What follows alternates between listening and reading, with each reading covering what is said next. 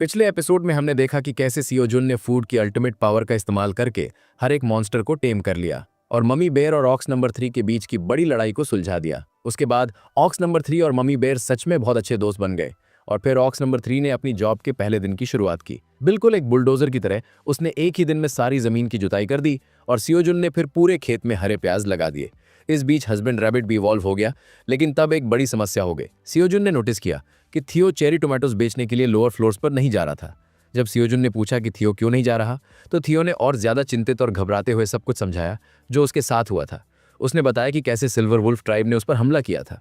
थियो की पूरी कहानी सुनने के बाद सियो जुन को विश्वास नहीं हो रहा था कि वो क्या सुन रहा है, कि भेड़ियों के एक झुंड ने इस स्ट्रॉ हैट की वजह से हमला किया। सियो जुन ने सोचा, क्या ये सच में लूफी की हैट है? सियो जुन ने एक कॉन्फिडेंट स्माइल के साथ एक बार फिर स्ट्रॉ हैट अपने सिर पर पहन ली। हाँ, उसे एक सच में बहुत अच्छा आइडिया आया था। फिर एक कॉन्फिडेंट स्माइल और थम्स अप के साथ उसने थियो से कहा कि चिंता ना करें, क्योंकि उसके पास उन भेड़ियों को सबक सिखाने के लिए सच में एक बढ़िया आइडिया है। उसने ऑक्स नंबर 3 को थियो का बॉडीगार्ड बनाने का प्लान बनाया था। इस बीच सियोजुन की केव से दूर बंजर जमीन पर ऑक्स नंबर 3 थोड़ा घबराया हुआ और डरा हुआ था। वो किसी से छुपने की कोशिश कर रहा था, दाएं और बाएं देख रहा था। तभी किसी ने जमीन पर अपना पैर पटका, जिससे ऑक्स नंबर 3 चौंक गया और डर गया। एक भारी आवाज ने ऑक्स नंबर 3 से पूछा कि वो कहाँ जा रहा है। अब हमारे पास एक थिकर, मेरा मतलब एक फीमेल मिनोटॉर है जो थिकनेस से भरी है। वो ऑक्स नंबर 3 के क्लैन की एक वॉरियर ऑक्स थी, एक बहुत स्ट्रांग वाली। चलिए उसे मसल लेडी कहते हैं। उसने ऑक्स नंबर 3 से पूछा कि वो 3 दिनों से उसे कहाँ ढूंढ रही थी और वो कहाँ था। ऑक्स नंबर 3 कांपते हुए और घबराते हुए बोला कि वो बस इधर उधर घूम रहा था, कुछ खास नहीं। मसल लेडी ने एक ही घूर में पता लगा लिया कि कुछ तो गड़बड़ है। फिर मसल लेडी ऑक्स नंबर 3 के पास आई। कुछ देर तक ऑक्स नंबर 3 को शक भरे चेहरे से घूरने के बाद उसने पूछा, ऑक्स नंबर 3 का चेहरा क्यों चमक रहा है? क्या ऑक्स नंबर 3 चुपके से कुछ डिलीशियस खा रहा है? हाँ। ऑक्स नंबर 3 बस वहीं एक स्वीट फेस बनाकर खड़ा रहा, एक शब्द भी नहीं बोल पाया।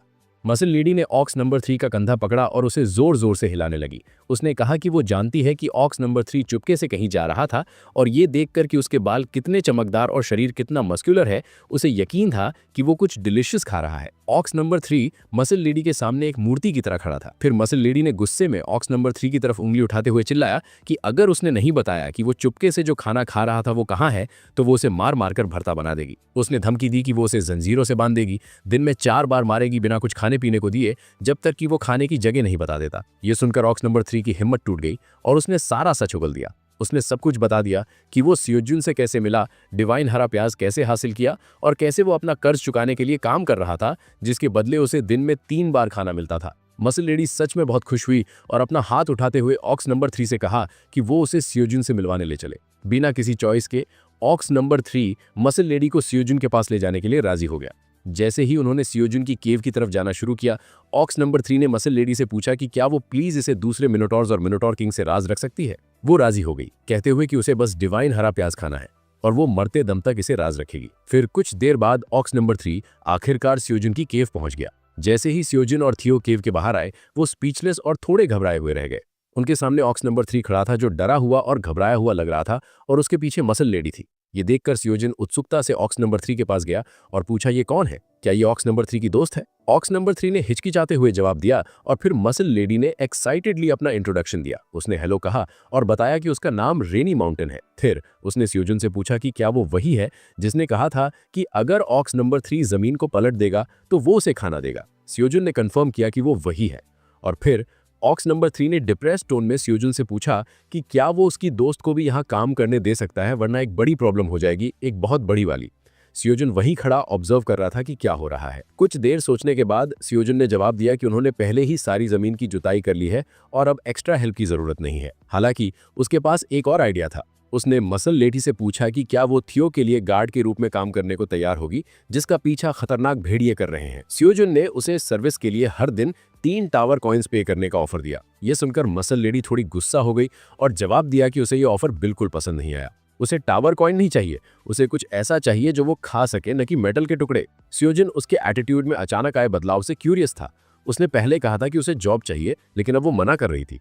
उसने पूछा, क्या कोई प्रॉब्लम है? मसल लेडी ने चिढ़कर समझाया कि वो टावर कॉइन नहीं खा सकती, वो चाहती है कि इनाम कुछ खाने लायक हो, मेटल के टुकड़े नहीं। सियोजुन को रियलाइज हुआ कि उसके हाथ जैकपॉट लग गया है, बिल्कुल ऑक्स नंबर 3 की तरह। वो कुछ प्याज के पत्तों के लिए कुछ भी करने को तैयार थी। सियोजिन ने उसे दिन में 3 बार खाना और बोनस के तौर पर डिलीशियस स्नैक्स ऑफर किए अगर वो अपना काम ठीक से करेगी। ये सुनकर मसल लेडी पंप अप हो गई और बैटल रेडी पोजीशन में अपनी मुट्ठियां बढ़ाते हुए बोली कि वो तैयार है।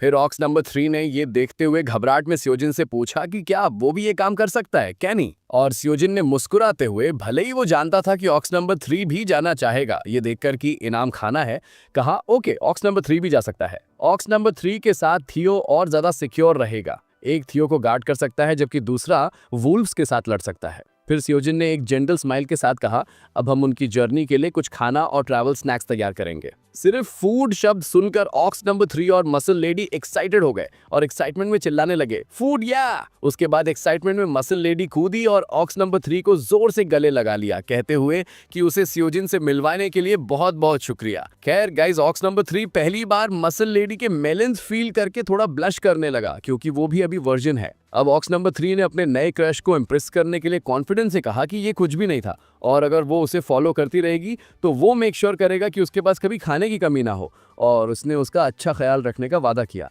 और वो कुछ देर तक अपना शिकार करते रहे। सियोजिन पीछे से नॉटी फेस बनाकर ये रोमांटिक सीन देख रहा था। उसके बाद सियोजिन ने कुछ हरे प्याज काटे और कुछ देर बाद उसने हरे प्याज का काफी बड़ा ढेर इकट्ठा कर लिया। उसने कहा, नए लव बर्ड्स के लिए इतना काफी होना चाहिए, है ना? तभी थियो सियोजिन के पास आया और कहा कि उसने अपने बैग में सारे चेरी टमाटर पैक कर लिए हैं और वो जाने के लिए तैयार है। सियोजिन ने थियो से कहा कि यहाँ एक प्रॉब्लम लगती है। थियो को शायद कुछ चेरी टमाटर निकालने होंगे ताकि वो मिनोटॉर्स के लिए हरे प्याज भी कैरी कर सके। थियो ने स्मोकिंग फेस के साथ अपनी कैप खोलते हुए कहा कि चिंता ना करे। फिर थियो ने अपना बैग हरे प्याज के ढेर पर फेंका और एक पल में सारे हरे प्याज स्टाइल में थियो के बैग के अंदर खिंच गए। थियो ने अपना गिरता हुआ बैग एक हाथ से पकड़ लिया। ये देखकर सियोजिन शॉक हो गया और थियो से पूछा कि थियो ने सारे हरे प्याज चेरी टमाटर के साथ अपने बैग में फिट कैसे किए। और थियो ने अपना नया मर्चेंट बैज दिखाते हुए गर्व से जवाब दिया कि अब वो एक सीनियर वॉन्डरिंग मर्चेंट बन गया है, तो अब वो अपने बैग के अंदर और ज्यादा चीजें कैरी कर सकता है। ये सुनकर सियोजिन अब थियो को थोड़ी इज्जत देते हुए उसका नाम सीनियर थियो कहकर पुकारा। अब जब उसने देखा कि उसके बैच का रंग और सिंबल वाकई बदल गया है, थियो ने थोड़ा गुस्से में जवाब दिया कि सियोजिन ने अब नोटिस किया जब उसने बताया और वो खुश नहीं है। सियोजिन ने फिर थियो के गाल खींचते हुए कहा, हाँ उससे गलती हो गई और वो उसके लिए माफी मांगता है। अब थियो को जल्दी करनी होगी और तैयार होना होगा। थियो अपने गाल पकड़ के मुंह फुलाए हुए था और सियोजिन ने थियो से कहा कि उसने हमारी फैमिली के लिए कुछ गिफ्ट्स भी पैक किए हैं, तो उसने थियो से वो गिफ्ट्स लेने और डोंग शिक की फैमिली को देने के लिए कहा। थियो ने पीछे मुड़ा और थम्स अप के साथ कहा, ये मुझ पर छोड़ दो। आखिरकार सब कुछ पैक करने के बाद थियो ऑक्स नंबर 3 और अपनी नई गर्लफ्रेंड के साथ जाने के लिए तैयार था। जाते हुए थियो ने सियोजिन को अलविदा कहा और ऑक्स नंबर 3 और मसल लेडी ने सियोजिन को भरोसा दिलाया कि वो मेक श्योर करेंगे कि थियो का एक बाल भी बांका ना हो। सियोजिन ने थियो, ऑक्स नंबर 3 और मसल लेडी को हाथ हिलाया, उनके सेफ रहने की कामना की।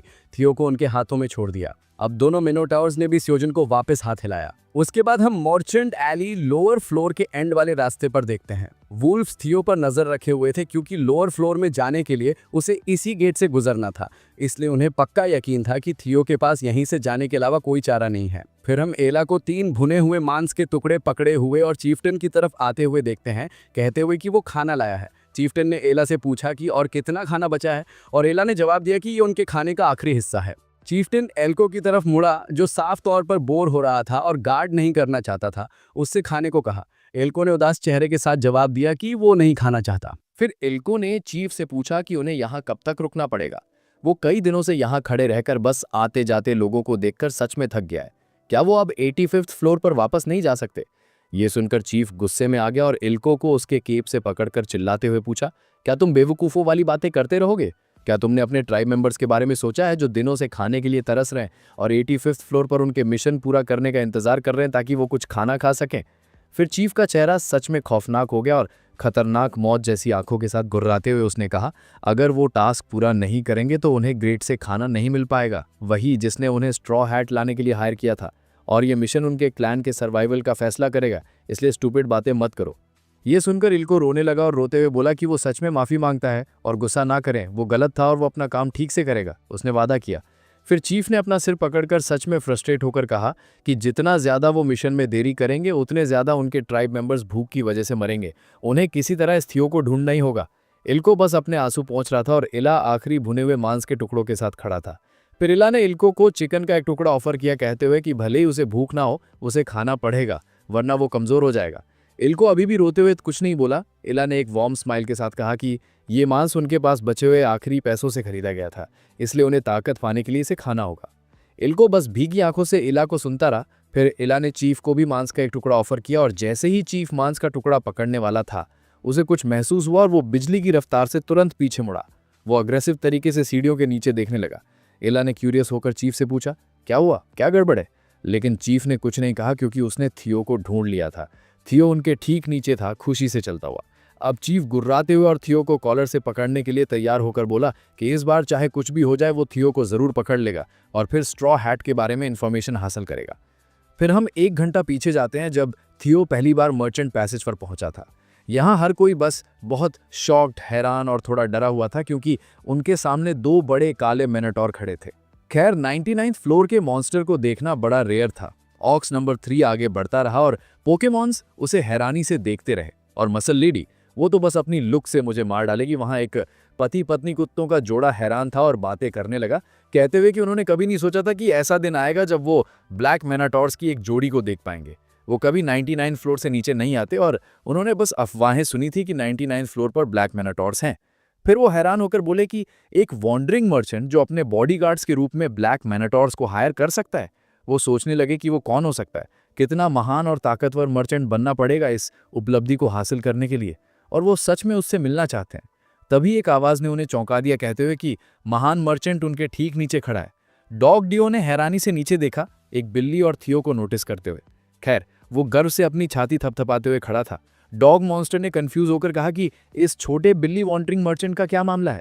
थियो ने दूसरी तरफ जोर जोर से मुंह खोलकर हंसना शुरू कर दिया, कहते हुए कि वो वही है जिसके बारे में वो बात कर रहे थे। वो महान वॉन्डरिंग मर्चेंट थियो है, वही जिसने मैनाटॉर्स और मर्सनरीज को हायर किया है, और वो उससे मिलने के लिए इतने बेताब थे।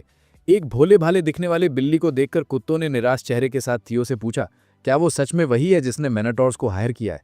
उन्होंने थियो नाम पहले कभी नहीं सुना था, तो वो कोई बड़ा मर्चेंट नहीं हो सकता। फिर वाइफ डॉग ने कहा, तो ये बिल्ली जरूर अटेंशन पाने के लिए झूठ बोल रहा होगा। ये सुनकर थियो गुस्से में पागल हो गया। वो पीछे मुड़ा और चिल्लाने लगा।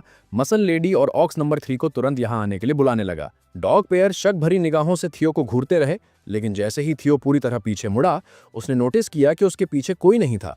मसल लेडी और ऑक्स नंबर 3 बस गायब हो गए थे, चले गए थे। ये देखकर थियो डर गया, चिल्लाते हुए वो कहाँ गए? इस बीच ऑक्स नंबर 3 और मसल लेडी एक हैमस्टर के सामने खड़े थे जो 2 पत्ता गोभी बेच रहा था। हैमस्टर, खैर उसकी पैंट गीली होने वाली थी। वो खौफजदा था, कांप रहा था और रो रहा था, 2 बड़े मिनोटॉर्स को अपनी तरफ लालची आंखों और मुंह में लार के साथ देखकर। हैमस्टर ने सोचा कि वो आज मार जाएगा। जब ऑक्स नंबर 3 ने कहा, यू लुक डिलिशियस, वो असल में पत्ता गोभी से बात कर रहा था। मसल लेडी ने फिर हैमस्टर से पूछा, क्या ये हरी चीज बिकाऊ है? हैमस्टर ने कांपते और थरथराते हुए जवाब दिया, अपनी जान बख्शने की भीख मांगते हुए, और कहा कि वो कुछ भी करेगा। तभी एक आवाज ने ऑक्स नंबर 3 और मसल लेडी को चौंका दिया और वो पीछे मुड़े तो देखा थियो गुस्से में उनकी तरफ आ रहा था। उसने पूछा कि उन्होंने उसे अकेले मार्केट में क्यों छोड़ दिया और वो कहाँ चले गए थे। इस बीच हैमस्टर डर से कांपता रहा। फिर थियो गुस्से में उनके पास आया और उन्हें डांटने लगा, कहते हुए कि यहाँ मर्सनरीज उसकी रक्षा के लिए हायर किए गए हैं। अगर थियो को कुछ हो जाता जब वो उसे अकेले मार्केट में छोड़ गए थे तो हाँ। ऑक्स नंबर 3 ने माफी मांगते हुए कहा कि वो खुद को रोक नहीं पाए जब उन्होंने स्वादिष्ट दिखने वाली हरी चीज को देखा और वो आसपास देखना चाहते थे।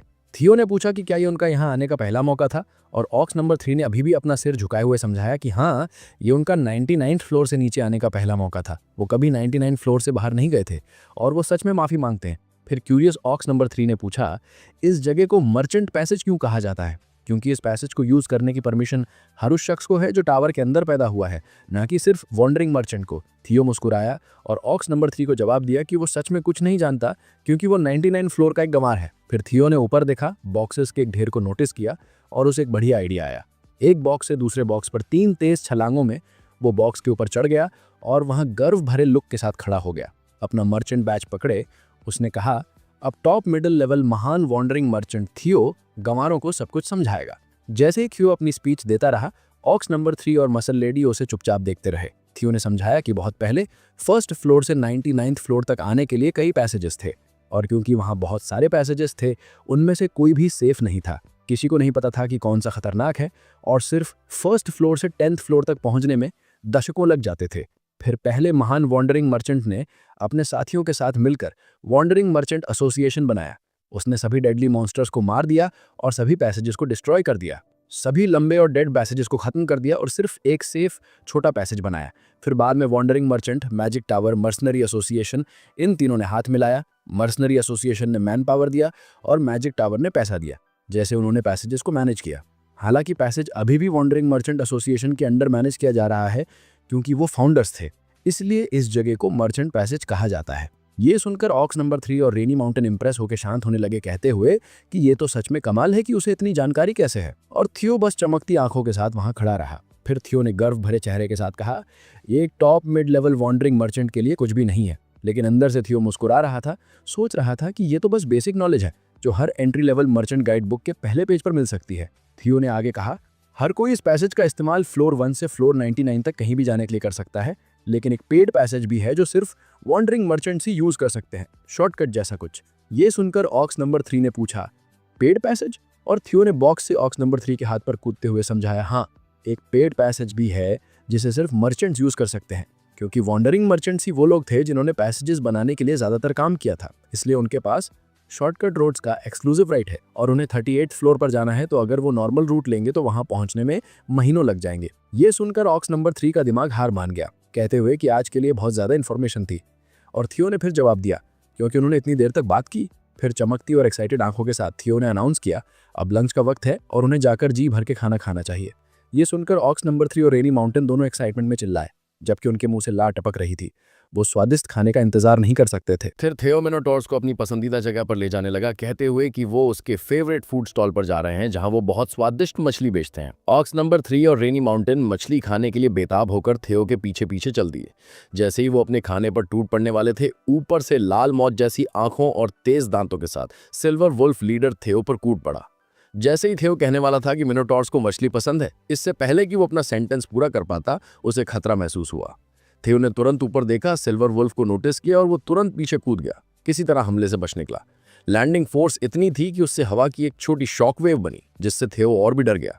अब सिल्वर वुल्फ लीडर अपने तेज दांत दिखाते हुए, गुस्से में गुर्राते हुए, मौत जैसी घूर देते हुए एक धमकाने वाली आवाज में थियो से पूछा, मैंने आखिरकार तुम्हें ढूंढ लिया मर्चेंट कैट। थियो इतना डरा हुआ था कि वो 1 इंच भी नहीं हिल पाया। वो बस कांप रहा था और उसका दिमाग सुन्न पड़ गया था। उसे समझ नहीं आ रहा था कि क्या करे। सिल्वर वुल्फ थियो को धमकाता रहा, उससे पूछते हुए कि बताओ स्ट्रॉ हैट कहाँ है। तभी ऑक्स नंबर 3 डेडली आंखों के साथ सिल्वर वुल्फ लीडर के बगल में प्रकट हुआ, अपना हाथ पीछे खींचते हुए एक जबरदस्त पंच मारने के लिए तैयार। बूम!